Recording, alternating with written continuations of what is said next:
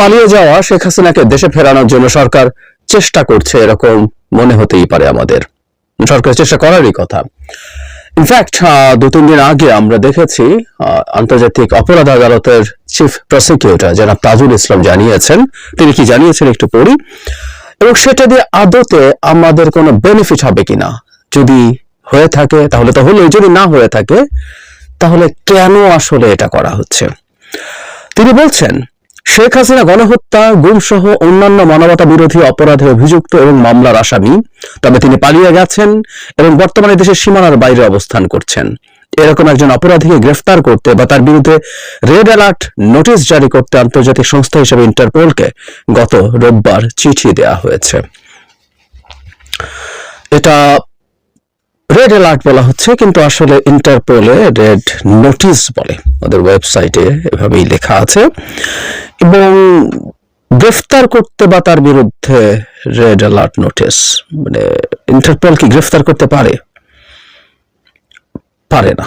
যাই হোক, আমরা এর মধ্যে অনেকে ধারণাই করি যে শেখ হাসিনাকে আসলে ফেরানো যাবে না এটা দিয়ে, বা আমরা এই যে ইন্টারপোলের কথা বলছি তার চেয়ে ইভেন স্ট্রঙ্গার অপশন আমাদের ছিল, সেটা হচ্ছে আসামি প্রত্যার্পণ চুক্তি ভারতের সাথে। এটা আমাদের 2013 সালে, আমি ভুল না করলে, এটা স্বাক্ষরিত হয়েছিল। সুতরাং হচ্ছে দ্বিপাক্ষিক চুক্তি আছে, সেই তুলনায় একটা দুর্বল ইন্টারপোলের কথা কেন বলা হচ্ছে। আমরা যদি ইন্টারপোলের ওয়েবসাইটে যাই, রেড নোটিশ জিনিসটা কি সেটা বলা হচ্ছে, একটা সারা পৃথিবীতে ল এনফোর্সমেন্ট যে এজেন্সি গুলো আছে তাদেরকে এটা বলা যে এখানে একজন আসামি আছে, তাকে লোকেট করা, তাকে যাকে অ্যারেস্ট করার জন্য ওয়ারেন্ট আছে, অথবা তাকে মানে অনুরোধ করার জন্য যে দেশে আছেন তাকে অ্যারেস্ট করা, তাকে যে দেশ চাইছে সেই দেশের কাছে পাঠিয়ে দেয়া, এই ধরনের ব্যাপার বলা হয়।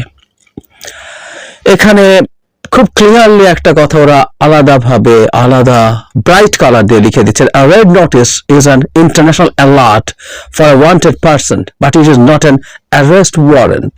খুব স্পষ্ট কথা, এটা কোনোভাবেই অ্যারেস্ট ওয়ারেন্ট না, এটা একটা অ্যালার্ট। এর আগে রেড অ্যালার্টের ক্ষেত্রে তাকে অ্যারেস্ট এবং তাকে যে দেশ চাইছে তার কাছে ফেরত পাঠানোর প্রভিশন আছে।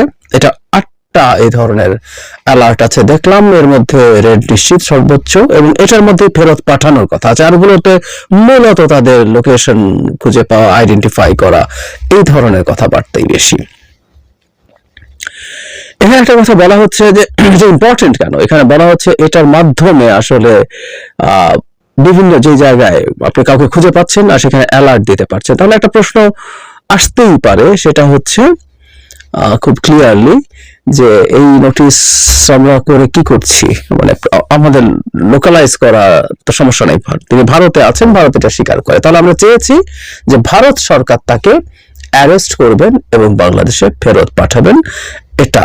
এবং আবারও এখানে খুব ক্লিয়ারলি লেখা আছে, সেটা হলো ইন্টারপোলের যে রেড নোটিশ আছে সেটা পালন করা সংশ্লিষ্ট দেশের জন্য কোন রকম কোনো বাধ্যবাধকতা নেই। তাহলে খুব স্পষ্ট, বাংলাদেশ বলল ইন্টারপোল, এবং তার কথা আছে ইন্টারপোল তাকে রেড নোটিশ দেবে কিনা। রেড নোটিশ পাওয়ার জন্য অনেকগুলো ক্রাইটেরিয়া আছে, সেগুলো ফুলফিল করে রেড নোটিশ দিতে হয়, রেড নোটিশ ইনক্লুডেড হতে হয়। বাংলাদেশের বহু মানুষ, আমি কোথাও যেন দেখলাম এখন পর্যন্ত মাত্র 16 জন বাংলাদেশে ইন্টারপোলের এই রেড নোটিশের পরে ফেরত পাওয়া গেছে। 16 না, বাংলাদেশে ধরে নিলাম যতজন তালিকায় ছিল সম্ভবত এই মুহূর্তেও 60-এর বেশি মানুষ এই তালিকায় আছে। সবাইকেও যদি পাওয়া যেত, শেখ হাসিনাকে পাওয়া যাবে কিনা, তাই না? তো যেটা বলছিলাম, হাতে গোনা কিছু মানুষই পাওয়া গেছে তুলনামূলকভাবে। সেক্ষেত্রে সেই রাষ্ট্র যারা এটা করতে রাজি হয়েছে তারা রাজি হয়েছে বলে এটা হয়েছে। এটার মানে এই না যে ইন্টারপোল বলেছে বলে এটা করছে। ইন্টারপোল জাস্ট একটা এজেন্টের মতো একটা দেশের তথ্য আরেকটা দেশের কাছে পৌঁছে দেয়, সো দ্যাট অফিসিয়ালি তাকে জানানো হয়, সেই দেশটা তখন তাকে চেষ্টা করে গ্রেফতার করে, তার যদি ইচ্ছে হয়, এবং ফেরত পাঠাতে পারে। রেড অ্যালার্টের ক্ষেত্রে, অন্য অ্যালার্টগুলোর ক্ষেত্রে ফেরত পাঠানোর কথা নেই। এখন ওই যে কথা যে শেখ হাসিনাকে এটার তালিকায় অন্তর্ভুক্ত করা যাবে কিনা সেটারও প্রসেস আছে, সেটার বিরুদ্ধে আইনি লড়াই করে সেই নাম বাদও দেওয়া যেতে পারে। এগুলো কতগুলো এই নোটিশটা সম্পর্কে কিছু আইনি খুঁটিনাটি। কিন্তু এই যে বলছিলাম যে ফেরত আনা যাবে এভাবে, আসামি প্রত্যার্পণ আইনে আমরা তো তাকে চাইতে পারতাম, খুব ক্লিয়ারলি চাইতে পারতাম, ইজন্ট ইট? আমাদের তার বিরুদ্ধে ওয়ারেন্ট হয়েছে এবং আর 1-2 দিন পরে তার সম্ভবত 18 তারিখ তার আদালতে এসে আত্মসমর্পণ করার সময়সীমা শেষ হচ্ছে, সুতরাং তার বিরুদ্ধে গ্রেফতারি পরোয়ানা জারি হবে। সেটার ভিত্তিতে আমরা চাইতে পারি, যদিও আমাদের নিশ্চয় মনে আছে আমাদের প্রধান উপদেষ্টা এটা অবশ্য ক্লিয়ারলি বলে দিয়েছেন, শেখ হাসিনাকে তারা তার সাজা হয়ে যাওয়ার আগে ভারতের কাছে ফেরত চাইবেন না। তাহলে এটাও খুব স্পষ্ট, শেখ হাসিনা ভারতে থাকতে পারছেন এবং তার বিরুদ্ধে যে কোনো ভাবেই হোক ফেরত, বিশেষ করে আসামি প্রত্যার্পণ চুক্তি অনুযায়ী তাকে চাওয়া হবে না। তাহলে রেড অ্যালার্ট কেন? রেড অ্যালার্ট তো না, রেড নোটিস এটা কেন করা হয়েছে? আমার কাছে দুটো কারণ বলে মনে হয়। একটা কারণ হচ্ছে ডোমেস্টিক, মানে শেখ হাসিনাকে ফেরানোর জন্য সরকার কি করছে। একটা সরকার যখন সরকার চালায় তার নানান দিক দেখতে হয়, তার নানা রকম ভাবে মানুষের সাইকোলজির সাথে রিলেট করতে হয়, সাইকোলজির সাথে নিজকে অ্যালাইন করতে হয়। মানুষের কাছে এই ক্ষুব্ধতা ছিল শেখ হাসিনা কেন পালিয়ে গেল, এবং আমরা খেয়াল করবো শেখ হাসিনা পালিয়ে যাওয়ার জন্য আমরা সেনা প্রধানকেও অনেকে খুব ব্লেম করেছি। ফলে শেখ হাসিনা পালিয়ে আছে এবং কোথায় আছেন আমরা সেটা এখন যেহেতু জানি, এবং সেই দেশটা যেহেতু ভারত, এটা আমাদের অনেকের কাছে খুব বড়, আরো বড় ক্ষুব্ধতার কারণ। তাই আমরা অনেকেই চেয়েছি শেখ হাসিনাকে ফেরানোর জন্য সরকার চেষ্টা করুক। সুতরাং রেড অ্যালার্ট, রেড নোটিস জারি করেছি, তার মানে সরকার বোঝাতে চাইছে we are working on this, আমরা শেখ হাসিনাকে ফিরিয়ে আনার চেষ্টা করছি, এটা দেখানোর চেষ্টা। আরেকটা জিনিস আছে বলে আমার ধারণা, সেটা হলো ভারতের উপরে কিছুটা হলো চাপ জারি রাখা। কারণ আমরা দেখব যে ভারত শেখ হাসিনাকে ফেরত দেওয়ার ব্যাপারে তাদের খুব রিজিড অবস্থান দেখাচ্ছে, এটা তারা দেবে না, এটা না দেওয়ারই কথা। আমি বহুবার বলেছি তাকে দীর্ঘদিন এই দেশটাকে ডুবিয়ে শেষ করে, দেশটাকে আক্ষরিক অর্থে ভারতের কলোনি বানিয়ে সার্ভ করা কৃতদাস, তাকে ফেরত ভারত দিলে ভবিষ্যতে এই দেশে এরকম কাউকে বা কাছাকাছি কাউকে খুঁজে পাওয়া ভারতের জন্য অসম্ভব। সেটা দেবে না। কিন্তু যখনই আলাপ হচ্ছে, সরকারিভাবে বলা হয় নাই, কিন্তু সরকারের সাথে কানেক্টেড লোকজন খুব ক্লিয়ারলি বলছেন এটাই আমাদের দুই দেশের কূটনৈতিক সম্পর্কের মধ্যে একটা বড় ব্যারিয়ার তৈরি করছে, যে আমরা চাইছি কেন তাকে ফেরত, কেন চাইবো। হোয়াট এভার, ডিপ্লোম্যাসিতে এটা হয় যে এক দেশ আরেক দেশকে চাপের মধ্যে রাখার চেষ্টা করে, চাপে ফেলে তার অন্য দিক থেকে লেভারেজ পাওয়ার চেষ্টা করে। আমি ধারণা করি বা বিশ্বাস করি এই রেড অ্যালার্ট জারিও ভারতের উপরে খুব বড় না হলেও একটা সফট চাপ তৈরি করবে। কারণ আমরা দেখেছি এর মধ্যে ভারতীয় চ্যানেলগুলো এটা নিয়েও কথা বলা শুরু করেছে এবং তারা প্রমাণ করার চেষ্টা করছে শেখ হাসিনাকে কোনোভাবেই ফেরত পাওয়া যাবে না এটার মাধ্যমে।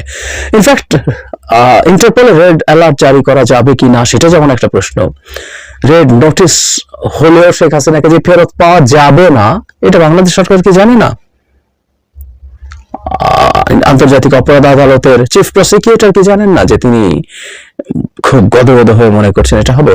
উত্তর হচ্ছে সবাই জানেন, সরকার জানেন, চিফ প্রসিকিউটর জানেন, তারপরও তারা জেনে শুনে এই কাজটা করেছেন। কারণ যদি সম্ভব হয়, ইটস ভেরি ইম্পর্টেন্ট যে শেখ হাসিনার নাম যদি রেড নোটিসের তালিকার মধ্যে ঢোকানো যায়, এটার খুব বড় সিম্বলিক ভ্যালু আছে, খুব বড় সিম্বলিক ভ্যালু আছে। এবং গ্লোবালি আমরা এটা এস্টাবলিশ করতে পারবো যে আন্তর্জাতিক একটা সংস্থা যারা বিভিন্ন দেশে আইন শৃঙ্খলা রক্ষাকারীর মধ্যে কোঅর্ডিনেট করে, তারা শেখ হাসিনাকে রেড যে নোটিস আছে সেটার অন্তর্ভুক্ত করার যোগ্য মনে করেছে, এবং এটা সেই দিক থেকে ভারতের উপরে সফট চাপও তৈরি করবে। আমরা যখন দুটো দেশের মধ্যে কূটনৈতিক আলোচনা হয়, দুটো দেশের মধ্যে তার স্বার্থ নিয়ে আলোচনা হয়, তখন এই ঘটনাগুলো ঘটে। প্রত্যেকটা দেশ চেষ্টা করে আরেকটা দেশকে তাকে যতটুকু সময় চাপ তৈরি করা, তা যাতে সে অন্যদিকে তার সুবিধা এনশিওর করতে পারে। এটার এই ধরনের একটা প্রভাবও থাকার সম্ভাবনা আছে।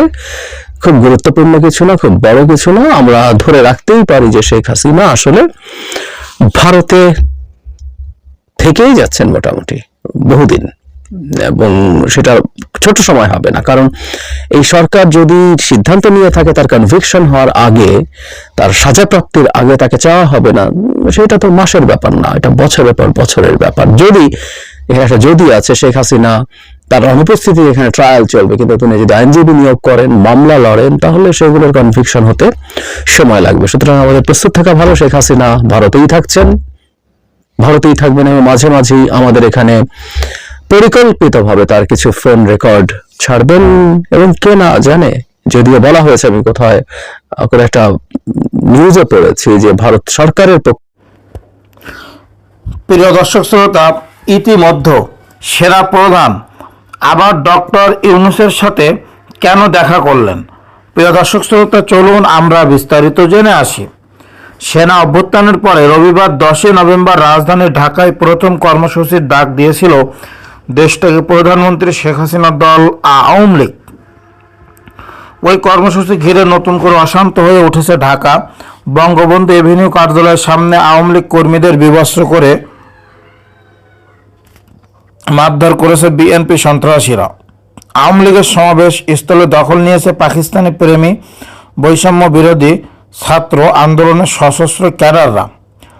সব মিলিয়ে এ কথাই বলছেন। প্রিয় দর্শক শ্রোতা, এই মুহূর্তে .com এটা লিখেছেন, তবে এরা তো দেখতেছি আওয়ামী লীগের দালাল। এরা লিখেছে হলো এদের মন মতো, মানে সেনা প্রধান কেন ডক্টর ইউনূসের কাছে যাবে এমনটাই বলছে আওয়ামী লীগের এই পত্রিকা। সেনা প্রধান ডক্টর ইউনূসের কাছে যেতেই পারে, ডক্টর ইউনূসের কাছে তিনি গিয়ে আলাপ আলোচনা করতেই পারে। প্রিয় দর্শক শ্রোতা, তো ইতিমধ্যে আপনাদের কি মতামত? সেনা প্রধান হঠাৎ ডক্টর ইউনূসের সাথে কেন দেখা করলেন সে বিষয়। এখন সে বিষয়ে কথা হচ্ছে যে আওয়ামী লীগ যে ঢাকাতে যে সমাবেশগুলো করতেছে, এই সমাবেশগুলো হচ্ছে ভণ্ডামি সমাবেশ।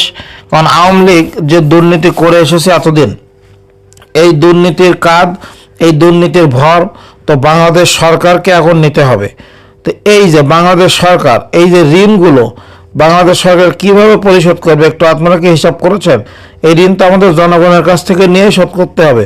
তা আওয়ামী লীগ আমাদের জনগণের টাকা যে এভাবে খেয়ে গিয়েছে,